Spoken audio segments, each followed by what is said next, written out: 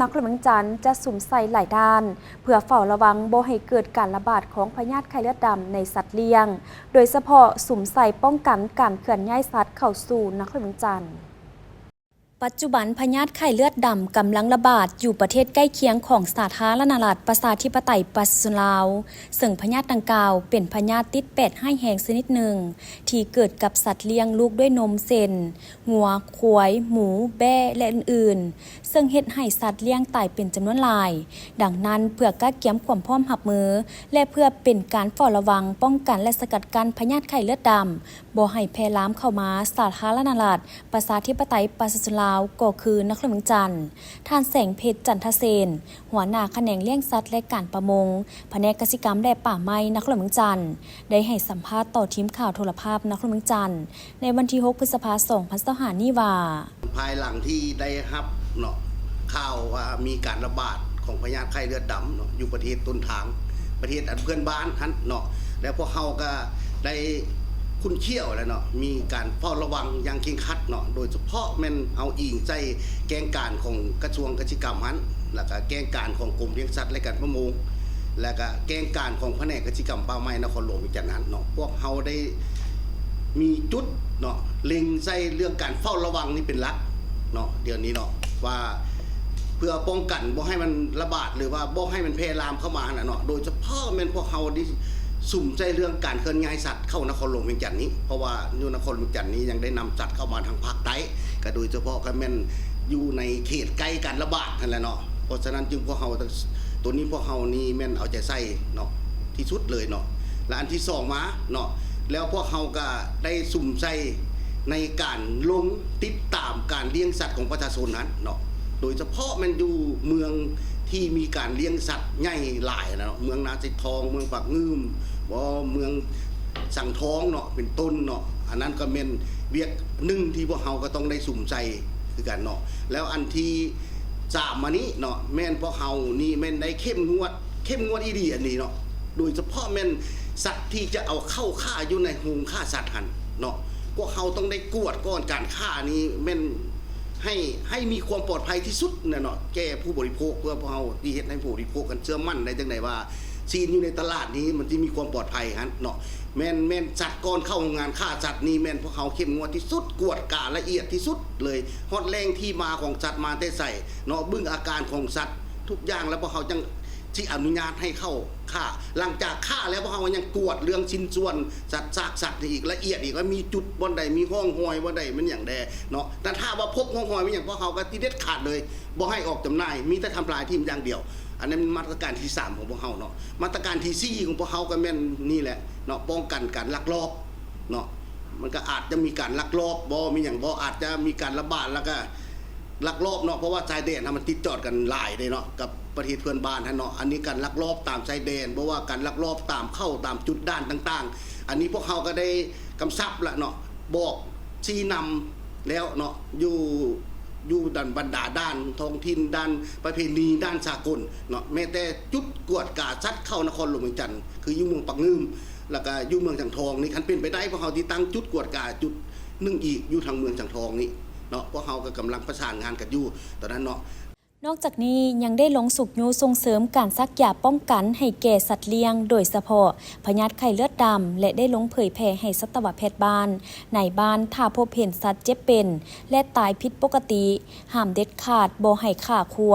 ต้องได้รายงานให้ในบ้านรับรู้และให้สัตวแพทย์เมืองลงไปกวดกาเพื่อเก็บกำตัวอย่างมาวิจัยเพื่อให้มั่นใจว่าสัตว์ที่ตายนั้นบ่ได้ตายย้อนพยาธิไข้เลือดดำเนาะนายบ้านเนาะถ้าพบเห็นสัตว์เจ็บสัตว์ตายผิดปกติห้ามเด็ดขาดบ่ให้ฆ่าครัวไม่อย่างต้องได้รายงานให้นายบ้านทราบเนาะให้นายบ้านฮู้แล้วก็สัตวแพทย์เมืองเนาะแล้วลงไปกวดกาเนาะเพื่อเก็บตัวอย่างมาวิจัยอยู่ห้องวิจัยพยาธิสัตว์คือว่าอยู่กรมเลี้ยงสัตว์พิษเนาะเพื่อมั่นใจว่าสัตว์ที่ตายหันบ่มันตายย้อนพยาธิไข้เลือดดำเนาะแล้วก็พวกเขาก็แม่นทำลายเนาะซากสัตว์ท่านตามวิธีการของวิชาการนะเนาะห้ามเด็ดขาดบ่ให้ฆ่าครัวแล้วเพื่อไปบริโภคเนาะถ้าพวกเขาเห็นพวกเขาพบเห็นพวกอย่างกับพวกเขาก็จะใช้มาตรการเด็ดขาดได้เนาะปรับใหม่ลงโทษพุ่นละเนาะอันนี้เนาะตามกฎหมายที่ได้ระบุไว้ว่าสัตว์ตายย้อน สาเหตุที่บ่ฮู้สาเหตุนี้ไปฆ่าขัวกินนี่ถือว่าผิดกฎหมายว่าด้วยการเลี้ยงสัตว์และการสัตวแพทย์นั้นฉบับปรับปรุงใหม่นี่เนาะอันนั้นเป็นมาตรการที่เน้นๆเนาะกับเพื่อที่จะรับประกันไปก็นั้นอีกเนาะถ้าว่ามันมีการระบาดหรือมันมีการเกิดขึ้นอยู่จุดใดจุดหนึ่งพวกเขาก็เตรียมพร้อมเนาะอันที่1แม่นคนพนักงานนี่นะพนักงานวิชาการนี่พวกเขาเตรียมแล้วเดี๋ยวนี้เนาะอันที่2มาแล้วแม่นเบาเรื่องอุปกรณ์รับใช้จำนวนหนึ่งพวกเขาก็เตรียมแล้วเนาะเพื่อไม่อย่างนะเครื่องไม้เครื่องมือเนาะเครื่องฉีดพ่นยาฆ่าเชื้อเนาะแล้วพวกเขาก็สั่งไปแล้วเนาะว่าชี้นำไปแล้วบรรดาด้านสากลที่นำเข้าถ้ามันระบาดให้แห่งแท้พวกเขาที่มีการฉีดฮอดตีนรถเนาะพวกเขากำลังไปเช็คมัดละเครื่องพ่นยาฆ่าเชื้อแล้วก็สัตว์รถแก้สัตว์แก้อย่างที่ข้ามมานี่เนาะอาจจะบ่เป็นแก้งัวควายแก้อย่างที่ว่าพญาไทเรือดำมักเกิดนำนี้เนาะสัตว์ทุกประเภทที่มาพวกเขาฉีดยาฆ่าเชื้ออยู่ในท่านแรงอันนี้เนาะแล้วก็อันพิเศษอีกอันนึงเนาะอยู่ มื้อแรงนี้เนาะเวลาบ่ายโมงครึ่งนี่เนาะพวกเขาได้ที่ประชุมกันกับเก้าตัวเมืองเพื่อชี้นำแนะนำเนาะแล้วก็มาตรการเนาะที่พวกเขาจะเฝ้าระวังนี่เนาะอย่างเคร่งครัดนะโดยอิงตาม3แกงการที่ได้เว้ามาหั่นเนาะคือแกงการทางกระทรวงทางกรมเลี้ยงสัตว์เนาะทางกระทรวงเกษตรกรรมมันกรมเลี้ยงสัตว์และก็ประมงแล้วก็ของพระเนตรเขาออกไปแล้วเนาะพญาดังกล่าวนี้ยากบ่ยากก็บ่ให้มันเกิดขึ้นในนครหลวงจันทร์เฮาเด็ดขาดเนาะพวกเขาก็พยายามซ้ำที่จะสุดขีดแหละเนาะซุ่มกำลังใจเนาะจังได๋ก็เด็ดขาดบ่ให้มันเกิดอยู่ในนี้เนาะถ้าว่าเกิดเนาะถ้าว่าเกิดแต่ว่าพวกเขาก็มีมาตรการที่ควบคุมบ่ให้มันแพร่ระบาดที่กว้างออกไปได้อันนั้นเป็นมาตรการที่พวกเขาวางไว้และพวกเขาที่นำไปเผยแพร่อยู่เมืองอยู่บ้านเนาะตลอดฮอดชาวกสิกรผู้เลี้ยงสัตว์พวกเขาจะลงไปเนาะหลังจากพวกเขาประชุมกันแล้วตอนบ่ายนี้แล้วละวันพุธเนาะวันที่